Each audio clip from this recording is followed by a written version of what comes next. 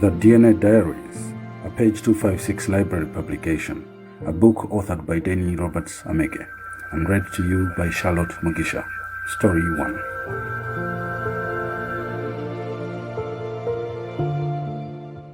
Cloning and the Future.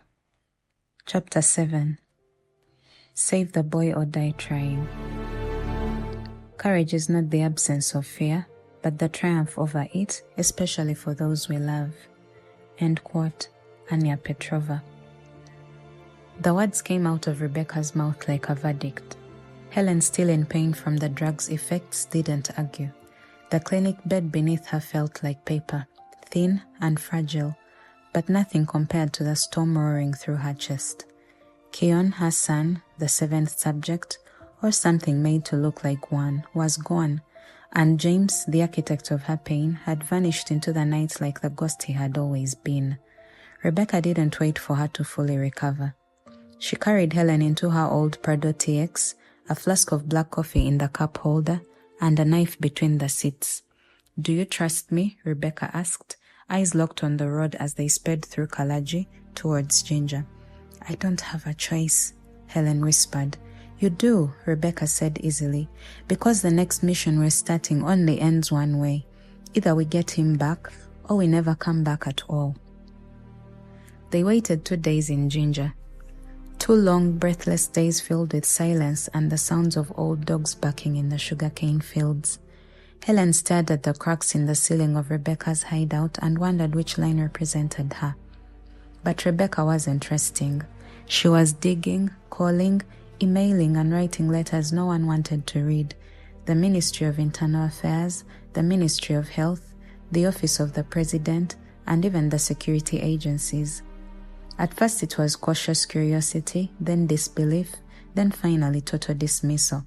"What you're saying is absurd," one officer from the Ministry of Health told her. "Chinese scientists abducting Ugandan children? Are you mentally stable, madam?" Even her old contacts inside ISO shut their doors. By day 3, the message was clear. The government either didn't believe her, or didn't want to believe her, or was involved. But the truth doesn't wait for permission. The lab in the lake. Kalangala Island looked peaceful from a distance, a green dot floating on Lake Victoria, famous for fishing, pineapples and snakes. But buried deep within its forests, under heavy military-style fencing, and beyond the elegant-looking Biodiversity Research Institute, stood a compound few locals ever entered. It was registered as the Kalangala Biodiversity Research Institute, built by the Chinese government on a land quietly acquired from the Ministry of Lands in 2014. The facility boasted clean solar panels, Chinese and Ugandan flags, and lab technicians walking between the dome-shaped research shells. But underground, the story was different.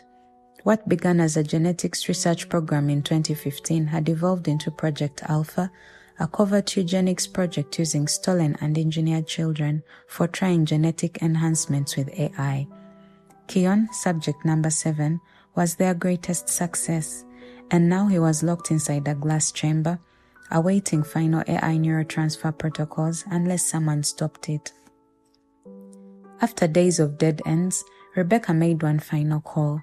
She dialed her old friend Amira Johnson, an American intelligence officer at the US Embassy. She spoke only 3 words on the phone. Subject number 7 was taken. Silence on the other end. Then, "Secure line in 30 minutes. Don't speak again until I call back." 30 minutes later, Rebecca answered the call on a phone Helen had never seen. Amira's voice came through, brisk and sharp. "We've been monitoring Kalangala for months. We didn't think your country would interfere, but now it's escalated." "Will you help?" Rebecca asked. "We already are," Amira replied. "A task force is being formed. The UK and Russia are in.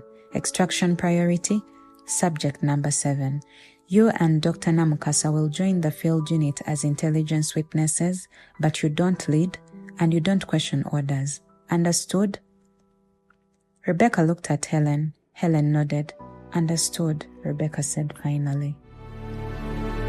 They assembled at a safe location near Entebbe, 12 elite operatives, 4 from the United States Special Forces Unit, 3 from the British SAS, another 3 from Russian Spetsnaz GRU, and 2 logistics/intel officers embedded from the UN base.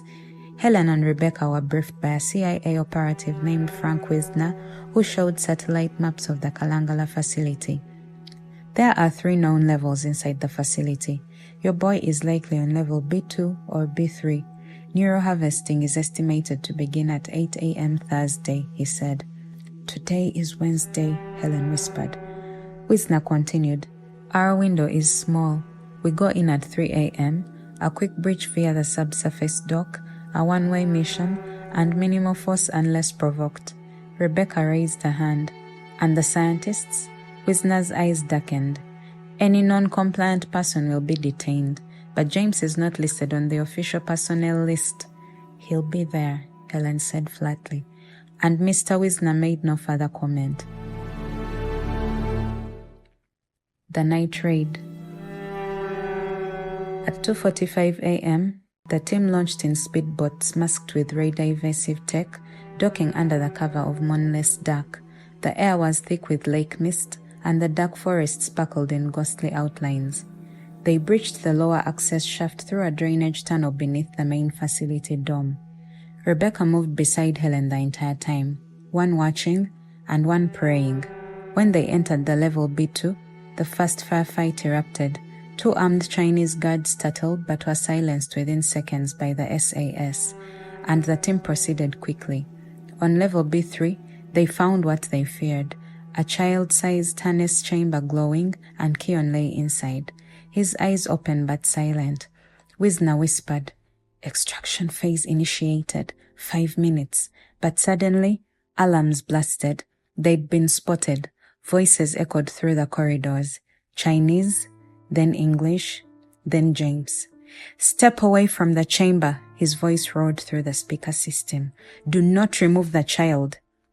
Helen yelled, "Keon, can you hear me?" The boy's lips parted. "Yes," he said weakly. James appeared in the corridor, flanked by 4 others, a Ugandan doctor in lab coats, 2 Chinese men in full medical attire, a tall South African professor, and James himself wearing a blood-stained lab coat. "You're too late," James said. "The transfer already began." "Then we'll end it," Wisner said. Guns raised, and tense silence followed. James turned to Helen. "You'll never stop it. Not this. And not the next phase. Humanity will become what it was meant to be." "I came for my son," Helen interrupted. "Not your prophecy." She stepped toward the chamber, and Rebecca moved behind her. The Chinese man raised his gun, but he was put down before he even blinked.